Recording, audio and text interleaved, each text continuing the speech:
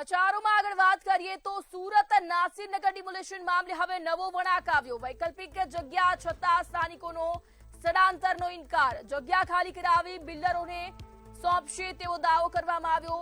ધંધા રોજગાર છૂટવાની લોકોમાં ચિંતાનો માહોલ। સ્થાનિકોએ બાળકોના ભણતરનો પણ મુદ્દો ઉઠાવ્યો। દસ્તાવેજો કાટમાળ નીચે દબાયેલા હોવાનો પણ દાવો કરવામાં આવ્યો। ન્યાય ન મળે ત્યાં સુધી જગ્યા નહીં છોડવા હવે સ્થાનિકો મક્કમ જોવા મળ્યા। સુરત નાસીનગર ડિમોલેશનને ખાસા દિવસ પછી જે હાઈકોર્ટને ફટકાર બાદ જે સુરત મહાનગરપાલિકા છે જે રહીશોને વૈકલ્પિક જગ્યા શોધી કાઢ્યું છે અને ભારી માતા રોડ પર કોમ્યુનિટી હોલમાં આપવાનું નક્કી કર્યું છે। ખાસ કરીને વાત કરીએ જે નાસીનગરને લોકો શું કહી રહ્યા છે, અમે ત્યાં જશે કે નહીં જશે એમને પર વાત કરશું। આપનું શું નામ છે અને જે સુરત મહાનગરપાલિકા હાઈકોર્ટને ફટકાર પછી જગ્યા નહીં આપવા વૈકલ્પિક જગ્યા આપવા માટે કેવું છે, શું કહેશો? મારું નામ આસિફ છે। હું સ્થળ પર હાજર છું અને મારે અહીંયાના રહેવાસી છું। સૌથી પહેલાં તો 1 મહિના પછી આજે સરકાર જાગેલી છે, એ લોકોએ અમને કેવી રીતના સ્થળ આપ્યું છે એ અમને સમજ નથી પડતી।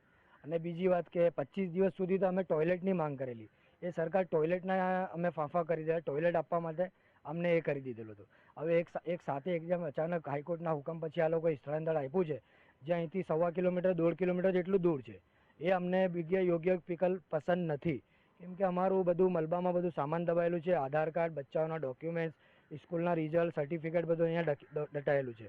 અને આ બી 100% એવું પ્લાનિંગ કરેલું છે કે આ લોકો અહીંથી સ્થળ છોડે ને અમે આ રસ્તો આખો ક્લિયર કરીને અમારી જગ્યા ક્લિયર કરીને રસ્તો બનાવી દે, પણ એ અમારે કરવું નથી, કેમ કે અમને યોગ્ય વિકલ્પ એટલે અમારે જે ઘર તૂટેલું છે, અમારો આસિયાના ગયેલો છે, એની જગ્યાએ અમને સ્થળાંતર વળતર જે છે એ અમને પ્રોપર બિલ્ડર દ્વારા કે મ્યુનિસિપાલિટી કમિશનર દ્વારા જે 2 જબાનો આપેલી છે કે એક તો મ્યુનિસિપાલિટીના નાગરાજન કમિશનર સાહેબે એમ કીધું છે કે અમે ડિમોલેશન નથી કર્યું સૌથી પહેલાં, અને પછી 10 દિવસ પછી સ્ટેટમેન્ટ ચેન્જ કરીને કે અમે ડિમોલેશન કર્યું છે। તો હવે આ એ લોકોએ 2 જબાન પર અમારી કઈ જબાન આ લોકોની સાચી છે અમારે એ સોચવાનું છે। અને બીજી વાત કે અહીંથી અમને ત્યાં સ્થળાંતર કરીને અહીં શું પ્લાનિંગ કરવાના છે, એટલે અમે અહીંથી સ્થળ છોડવાના નથી, અમે અમારા આસિયાના પર રહેવાના જ છે। એ લોકોને જો યોગ્ય અમારું જે અમારી તકલીફને બધું જો જોઈ રહેલા છો તો એ લોકોને અમારે યોગ્ય બદલો, અમારી ઘરની જગ્યાએ ઘરની જે માંગણી છે અમારી યોગ્ય વિકલ્પ છે અમારું, અમને એ જ જોઈએ છે। હાઈકોર્ટની ઓર્ડર છે, હાઈકોર્ટે કીધું છે કે એ લોકોને સોમવાર સુધી ગમે એમ વૈકલ્પિક જગ્યા આપો, તો જવા કેમ નથી રહેતી તમે? અહીંથી 1.5 કિલોમીટર દૂર છે, છોકરાઓની સ્કૂલ અહીંથી 2.5-3 કિલોમીટર તો અહીંથી સ્કૂલ છે। હવે ત્યાં 1.5 કિલોમીટર ચાલ્યા છે, 3.5 કિલોમીટર છોકરાઓની સ્કૂલ છે, પ્લસ અમારો કામ ધંધો ને બધું આ સાઈડ છે।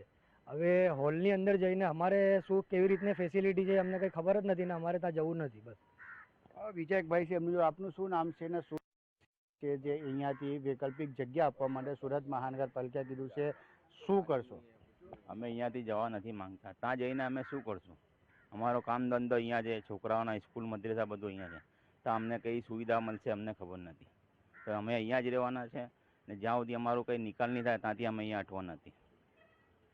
બિલકુલ જોઈ શકાય છે જે હિસાબે અહીંયાના લોકો કહી રહ્યા છે કે અમે અહીંયાથી જવું પછી આ જગ્યાને શું કરશે, રોડ બનાવશે કે બિલ્ડરને આપશે, એ હવે મહાનગરપાલિકા ઉપર છે। પણ સુરત મહાનગરપાલિકાને જ્યારે હાઈકોર્ટે ફટકાર લગાવ્યો છે ત્યારે આ કીધું હતું કે સોમવાર સુધી એ લોકોને વૈકલ્પિક જગ્યા આપવા માટે મેપ લઈને આવો જો, તો સુરત મહાનગરપાલિકા છે આજે શનિવારે એ લોકોને જે ભરી માતા રોડ છે ત્યાં જગ્યા આપવા માટે ડિસાઇડ કર્યું છે। એ જગ્યામાં લાઇટ, પાણી અને જમવાનું સહિત જે શૌચની વ્યવસ્થા પણ રાખવામાં આવશે। પણ ખાસ કરીને વાત કરીએ જે હિસાબે અહીંયાને રહીશો છે એમ કહી રહ્યા છે કે અમારે અહીંયા જ વ્યવસ્થા કરી આપો, અમે અહીંયાથી જવાના નથી, કેમ કે આ જગ્યા અમારી કર્મભૂમિથી લઈને જન્મભૂમિ બધું અહીંયા છે, રહેવાનું અમારું અહીંયા છે, છોકરાઓને ભણવાનું અહીંયાથી નજીકમાં છે, અમે ત્યાં જશું તો અમારે ત્યાં કંઈ દૂર પડશે આવવા જવાના। ખાસ કરીને જે વાત કરીએ જે હિસાબે અહીંયાને રહીશો કહી રહ્યા છે કે અમે અહીંયાથી જશું પછી આ જગ્યાને સુરત મહાનગરપાલિકા શું કરશે કે આ જગ્યા હટાવીને રોડ બનાવી દેશે અને જે ખાનગી બિલ્ડર છે